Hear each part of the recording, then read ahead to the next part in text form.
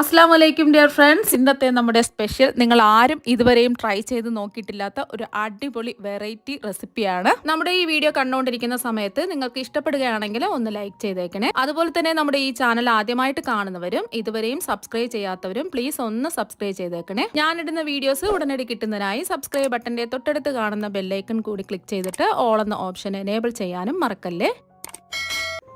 ആദ്യം തന്നെ ഇതിനായിട്ട് ഞാനിവിടെ 1/2 കിലോ കപ്പയാണ് എടുത്തിട്ടുള്ളത്. ഇനി കപ്പയുടെ തൊലിയെല്ലാം മാറ്റി ചെറിയ കഷ്ണങ്ങളാക്കി കട്ട് ചെയ്തതിനു ശേഷം നല്ലതുപോലെ ഒന്ന് കഴുകി വൃത്തിയാക്കി എടുക്കാം. കപ്പ കട്ട് ചെയ്തെടുക്കുമ്പോൾ നടുവിലുള്ള നാര് പോലുള്ള ഭാഗം കൂടി കട്ട് ചെയ്ത് കളഞ്ഞതിന് ശേഷം വേണം ഇത് ചെറിയ കഷ്ണങ്ങളാക്കി കട്ട് ചെയ്തെടുക്കാൻ.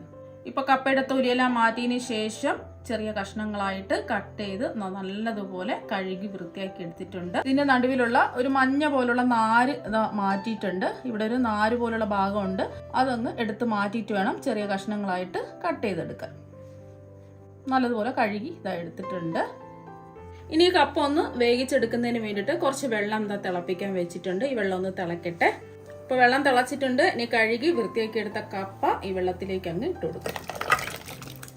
നമ്മൾ കപ്പ വേവിച്ചെടുക്കാൻ വേണ്ടിയിട്ട് ഇതുപോലെ വെള്ളം മുങ്ങിക്കിടക്കണം, അത്രയും വേണം വെള്ളം ഒഴിക്കാനായിട്ട്. ഇതാ കണ്ടില്ലേ, മുങ്ങിക്കിടക്കത്തക്ക രീതിയിൽ വേണം വെള്ളം ഒഴിക്കാൻ. ഇനി മീഡിയം ഫ്ലെയിമിൽ വെച്ചിട്ട് ഈ കപ്പ ഒന്ന് വേവിച്ചെടുക്കാം.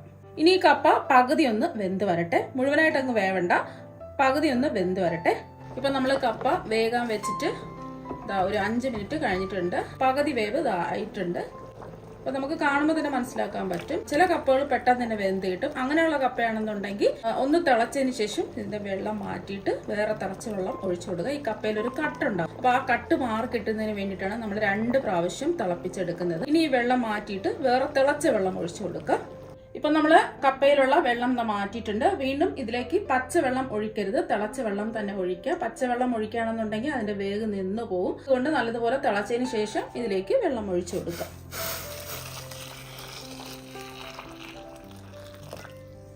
ഇനി ഈ കപ്പയ്ക്ക് ആവശ്യമുള്ള ഉപ്പ് ഇട്ട് കൊടുക്കാം. ഞാനിപ്പോൾ 1.5 ടീസ്പൂൺ ഉപ്പാണ് ഇട്ട് കൊടുക്കുന്നത്. കുറച്ചധികം വെള്ളം ഉണ്ടല്ലോ, അതുകൊണ്ട് 1.5 ടീസ്പൂൺ ഉപ്പ് ഇട്ട് കൊടുക്കാം. ഇനി ഒന്ന് ഇളക്കി കൊടുക്കാം. ഇനി കപ്പ നല്ലതുപോലെ ഒന്ന് വെന്ത് വരട്ടെ. ഫ്ലെയിം അങ്ങ് കൂട്ടി വെക്കണ്ട, എന്നാൽ പിന്നെ ഈ വെള്ളം മുഴുവൻ അങ്ങ് വറ്റിപ്പോകും. മീഡിയം ഫ്ലെയിം വെക്കുക. അതുപോലെ തന്നെ നമ്മൾ കപ്പ വാങ്ങുമ്പോൾ നല്ല ഫ്രഷ് ആയിട്ടുള്ള കപ്പ വേണം വാങ്ങാൻ വേണ്ടിയിട്ട്. വാടിയ കപ്പയൊന്നും വാങ്ങരുത്. അപ്പൊ അങ്ങനെയാണെന്നുണ്ടെങ്കിൽ പെട്ടെന്ന് കപ്പ വെന്ത് കിട്ടില്ല. നമുക്ക് വെന്ത് കിട്ടണം, നല്ലോണം വെന്ത് കിട്ടണം. അങ്ങനെയുള്ള കപ്പ വേണം എടുക്കാനായിട്ട്. അപ്പൊ കപ്പ എല്ലാം വെന്ത് കിട്ടിയിട്ടുണ്ട്, പെട്ടെന്ന് തന്നെ വെന്ത് കിട്ടിയിട്ടുണ്ട്. ചില കപ്പ വേവാൻ കുറച്ച് സമയം എടുക്കും. ഒട്ടും വേകാത്ത കപ്പയാണെന്നുണ്ടെങ്കിൽ ജസ്റ്റ് കുക്കറിലിട്ട് ഒന്ന് അടിച്ചെടുത്താൽ മതിയാകും. ഒരു വിസിലൊക്കെ കേൾക്കുമ്പോൾ തന്നെ അത് വെന്ത് കിട്ടും. അപ്പൊ ഇങ്ങനെ കപ്പ വെന്ത് കിട്ടുന്ന സമയത്ത് ഒരു 1/4 ടീസ്പൂൺ മഞ്ഞൾപ്പൊടിയും കൂടി ഇട്ട് കൊടുക്കുക. ഇനി ഇതൊന്ന് ഇളക്കി കൊടുക്കുക. 1 മിനിറ്റ് ഇത് നല്ലതുപോലെ ഒന്ന് തിളക്കട്ടെ. ആ മഞ്ഞൾപ്പൊടിയൊക്കെ കപ്പയിലൊന്ന് പിടിച്ച് കിട്ടണം. അപ്പോൾ വെന്തതിന് ശേഷം മാത്രമേ മഞ്ഞൾപ്പൊടി ചേർത്ത് കൊടുക്കാവൂ. നമ്മൾ മഞ്ഞൾപ്പൊടി ചേർത്തതിന് ശേഷം 1-2 മിനിറ്റ് ഇത് തിളപ്പിച്ചെടുത്തിട്ടുണ്ട്. മഞ്ഞൾപ്പൊടിയൊക്കെ ആ കപ്പയിൽ പിടിച്ചിട്ടുണ്ട്. ഇത്രയും മതി. ഇനി ഈ വെള്ളം ഊറ്റിക്കളഞ്ഞതിന് ശേഷം ഇതിന്റെ ചൂട് മാറാൻ വേണ്ടിയിട്ട് വെക്കാം. ഒരുപാടങ്ങ് ചൂട് മാറാൻ നിൽക്കരുത്, ചെറിയൊരു ചൂട് മാറിയാൽ മാത്രം മതി. ഇപ്പൊ കപ്പയുടെ വെള്ളം മുഴുവൻ ഊറ്റിക്കളഞ്ഞിട്ട് ചൂട് മാറാൻ വേണ്ടിയിട്ട് വെച്ചിട്ടുണ്ടായിരുന്നു. കപ്പയുടെ ചൂട് ചെറുതായിട്ടൊന്ന് മാറിയിട്ടുണ്ട്. ഒരുപാടങ്ങ് ചൂട് മാറാൻ നിൽക്കരുത്, എന്നാൽ പിന്നെ ഇത് ഉടച്ചെടുക്കാൻ പറ്റില്ല. ഇനി കപ്പ നല്ലോണം ഒന്ന് ഉടച്ചെടുക്കാം.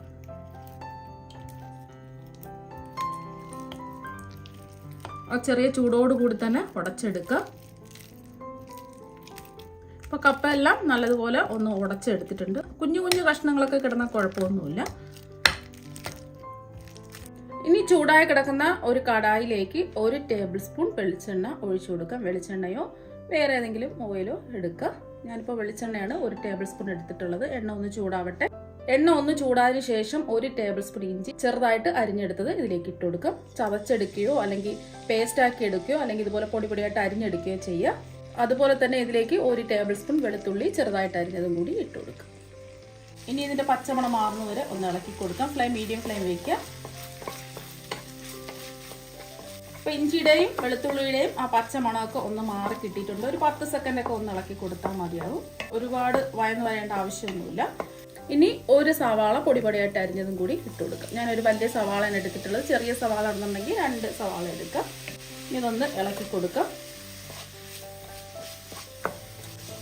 ഈ സവാള ഒന്ന് വാടി വരട്ടെ. ഇനി സവാള വാടി കിട്ടുന്നതിന് ആവശ്യമായ ഉപ്പിട്ട് കൊടുക്കാം. ഞാനിപ്പോൾ 1/4 ടീസ്പൂൺ ഉപ്പാണ് ഇട്ട് കൊടുക്കുന്നത്. നമ്മൾ കപ്പ വേവിച്ചപ്പോൾ ഉപ്പിട്ടിട്ടുണ്ടായിരുന്നു. അതുകൊണ്ട് ലാസ്റ്റ് നോക്കിയിട്ട് വേണമെന്നുണ്ടെങ്കിൽ ചേർത്ത് കൊടുത്താൽ മതി. അത് ഒന്ന് ഇളക്കി കൊടുക്കാം. ഈ സവാളയൊക്കെ ഒന്ന് ചെറുതായിട്ടൊന്ന് വാടി വരട്ടെ. അപ്പോൾ സവാളയൊക്കെ അതാ ചെറുതായിട്ടൊന്ന് വാടി വന്നിട്ടുണ്ട്. ഗോൾഡൻ നിറമൊന്നും ആവേണ്ട ആവശ്യമില്ല. ഇനി ഇതിലേക്ക് 3 പച്ചമുളക് ചെറുതായിട്ട് കട്ട് ചെയ്തതും കൂടി ഇട്ട് കൊടുക്കാം. ഇത് അധികം എരിവൊന്നും ഇല്ലാത്ത പച്ചമുളകാണേ. അപ്പം നല്ല എരിവുള്ള പച്ചമുളകാണെന്നുണ്ടെങ്കിൽ ഒരെണ്ണോ രണ്ടെണ്ണോ ഒക്കെ എടുത്താൽ മതി. അത് നമ്മുടെ എരിവിനനുസരിച്ച് ചേർത്ത് കൊടുക്കാം. ഞാനിതിൽ മുളക് പൊടി ചേർത്ത് കൊടുക്കുന്നില്ല. അപ്പോൾ പച്ചമുളകാണ് ഞാൻ ചേർത്ത് കൊടുത്തിട്ടുള്ളത്. കുട്ടികൾക്കൊക്കെ കഴിക്കാനാണെന്നുണ്ടെങ്കിൽ ഈ പച്ചമുളക് ഇടയ്ക്ക് കടിക്കാൻ കിട്ടുമല്ലോ, അപ്പം കുറച്ച് എരിവായിരിക്കും. അപ്പോൾ അതുകൊണ്ട് കുറച്ച് മുളക് പൊടി ചേർത്ത് കൊടുത്താൽ മതിയാവും. ഒരു 1/4 ടീസ്പൂൺ മുളക് പൊടിയൊക്കെ ചേർത്ത് കൊടുത്താൽ മതിയാവും. അപ്പോൾ ഞാനിതിൽ മുളക് പൊടി ചേർക്കുന്നില്ല. ഇളക്കി ആ മുളകിൻ്റെ ആ പച്ചമുളകൊക്കെ ഒന്ന് മാറിയതിന് ശേഷം ഒന്ന് ഫ്ലെയിം കുറച്ച് വെച്ച് കൊടുക്കുക. ഞാനിതിൽ മുളക് പൊടി ചേർക്കാതെ 1 ടീസ്പൂൺ കുരുമുളക് പൊടിയാണ് ചേർത്ത് കൊടുക്കുന്നത്. അപ്പോൾ കുരുമുളക് പൊടിക്ക് പകരം നിങ്ങൾക്ക് വേണമെന്നുണ്ടെങ്കിൽ മുളക് പൊടിയും എടുക്കാം. അതുപോലെ തന്നെ ഒരു 3/4 ടീസ്പൂൺ ഗരം മസാലയും കൂടി ഇട്ട് കൊടുക്കാം. ഇനി ഒന്ന് ഇളക്കി കൊടുക്കാം.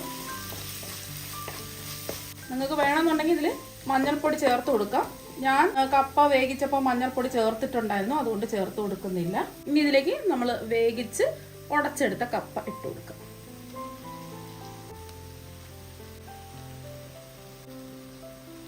ഇനി എല്ലാം കൂടി ഒന്ന് ഇതുപോലെ ഇളക്കി യോജിപ്പിച്ചെടുക്കാം.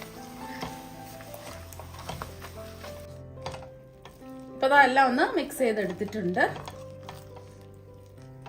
ഇനി ഇതിലേക്ക് ചേർത്ത് കൊടുക്കുന്നത് മല്ലിയില ഉണ്ടെങ്കിൽ കുറച്ച് മല്ലിയില കട്ട് ചെയ്തും കൂടി ഇട്ട് കൊടുക്കാം. അതുപോലെ തന്നെ 1 തണ്ട് കറിവേപ്പില ചെറുതായിട്ട് കട്ട് ചെയ്തും കൂടി ഇട്ട് കൊടുക്കാം.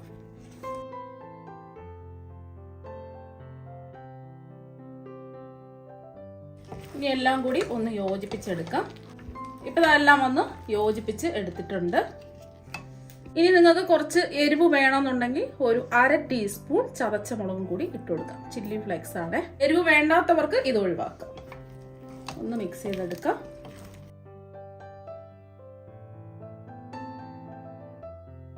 ഇത് മിക്സ് ചെയ്തെടുക്കുന്ന സമയത്ത് കപ്പ കുറച്ച് ഡ്രൈ ആയി പോയിട്ടുണ്ടെന്നുണ്ടെങ്കിൽ 1-2 ടേബിൾ സ്പൂൺ വെള്ളം ഒഴിച്ച് മിക്സ് ചെയ്തെടുക്കും. ഇപ്പോൾ വെള്ളം ഒഴിക്കേണ്ട ആവശ്യമൊന്നുമില്ല. ഇപ്പൊ ഇത് നല്ല ചൂടാണ്. ഇതിന്റെ ചൂടൊന്ന് ചെറുതായിട്ടൊന്ന് മാറട്ടെ. ഇതിന്റെ ചൂട് നല്ലതുപോലെ മാറിയിട്ടുണ്ട്. ഇനി ഇതിലേക്ക് 2 ബ്രെഡ് പൊടിച്ചതും കൂടി ഇട്ട് കൊടുക്കാം. ഈ ബ്രെഡ് പൊടിച്ചതും കൂടെ ഇട്ട് കൊടുക്കുമ്പോൾ നല്ലൊരു ടേസ്റ്റാണ് കിട്ടുന്നത്. ഇനി എല്ലാം കൂടി ഒന്ന് മിക്സ് ചെയ്തെടുക്കാം. കൈവച്ചോ അല്ലെങ്കിൽ ഒരു തടുത്തവി വെച്ചോ ഇതുപോലെ ഒന്ന് മിക്സ് ചെയ്തെടുക്കുക.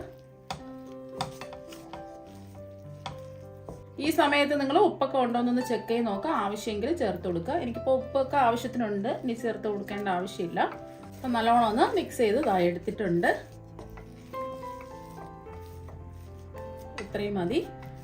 ഇനി കയ്യിൽ ഒട്ടിപ്പിടിക്കാതിരിക്കാൻ വേണ്ടിയിട്ട് കുറച്ച് എണ്ണ തടവിയതിന് ശേഷം ഇതിൽ നിന്ന് കുറച്ച് മിക്സ് എടുക്കുക. ഒന്ന് ഉരുട്ടിയെടുക്കുക. ഇപ്പം അതൊന്ന് ഉരുട്ടിയെടുത്തിട്ടുണ്ട്. ഇനി ചെറുതായിട്ടൊന്ന് പരത്തി കൊടുക്കുക. കൈ വെച്ച് ഇതുപോലെ ഒന്ന് പരത്തി കൊടുക്കുക. എല്ലാ സൈഡും ഒന്ന് ലെവൽ ചെയ്ത് കൊടുക്കുക. അപ്പം ഇതുപോലെ ഒന്ന് ലെവൽ ചെയ്ത് കൊടുക്കുക. അപ്പോൾ കറക്റ്റ് എല്ലാ ഭാഗവും ഒരുപോലെ കിട്ടും. അപ്പം നിങ്ങൾക്ക് അതുപോലെ തന്നെ ഇഷ്ടമുള്ള ഷേപ്പിൽ ചെയ്തെടുക്കാം. ഞാൻ ഈ ഒരു ഷേപ്പിലാണ് ചെയ്തെടുക്കുന്നത്.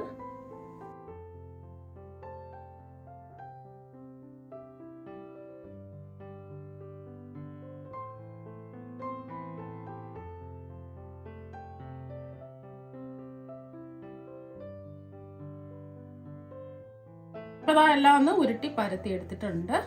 ഇനി അടുത്തതായിട്ട് വേണ്ടത് 4 ബ്രെഡാണ്. ഈ ബ്രെഡ് ചെറിയ ചെറിയ കഷ്ണങ്ങളാക്കി കൈ കൊണ്ടൊന്ന് മുറിച്ചെടുക്കാം. ഇതുപോലെ ഒന്ന് മുറിച്ചെടുക്കാം. ഇനി ചെറിയ കഷ്ണങ്ങളാക്കിയ ബ്രെഡ് മിക്സിയുടെ ജാറിലേക്ക് ഇട്ട് കൊടുക്കാം.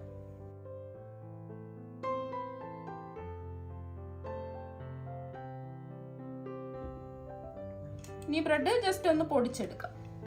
ഇപ്പോൾ ബ്രെഡ് പൊടിച്ചെടുത്തിട്ടുണ്ട്. ഇനി പൊടിച്ചെടുത്ത ബ്രെഡ് ഒരു പ്ലേറ്റിലേക്ക് മാറ്റാം.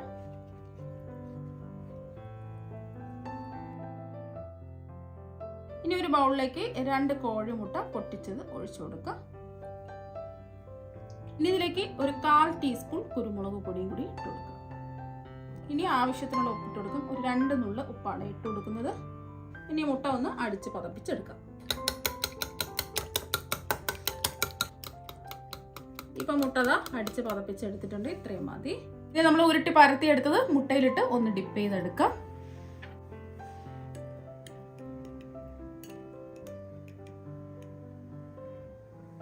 ഇനി ഇത് ബ്രെഡ് ക്രംസിലിട്ട് ഒന്ന് കോട്ട് ചെയ്തെടുക്കാം.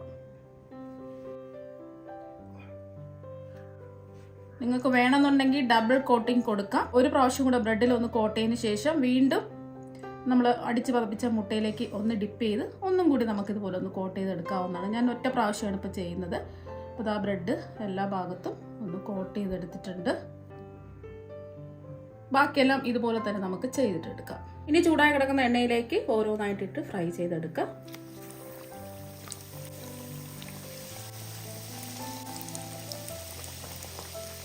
ഫ്ലെയിം മീഡിയം ഫ്ലെയിം വെച്ച് കൊടുക്കുക. ഒരു സൈഡ് ചെറിയ ഒരു ഗോൾഡൻ നിറമാകുമ്പോൾ തിരിച്ചിട്ട് കൊടുക്കുക. ഒരു വശം നല്ലൊരു ഗോൾഡൻ നിറമായിട്ടിട്ട് ഇനി ഇത് തിരിച്ചിട്ട് കൊടുക്കുക.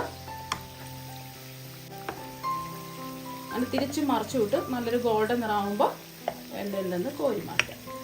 ഇപ്പോൾ രണ്ട് വശവും നല്ലൊരു ഗോൾഡൻ നിറമായിട്ടുണ്ട്. ഇനി എണ്ണയിൽ നിന്നത് കോരി മാറ്റാം.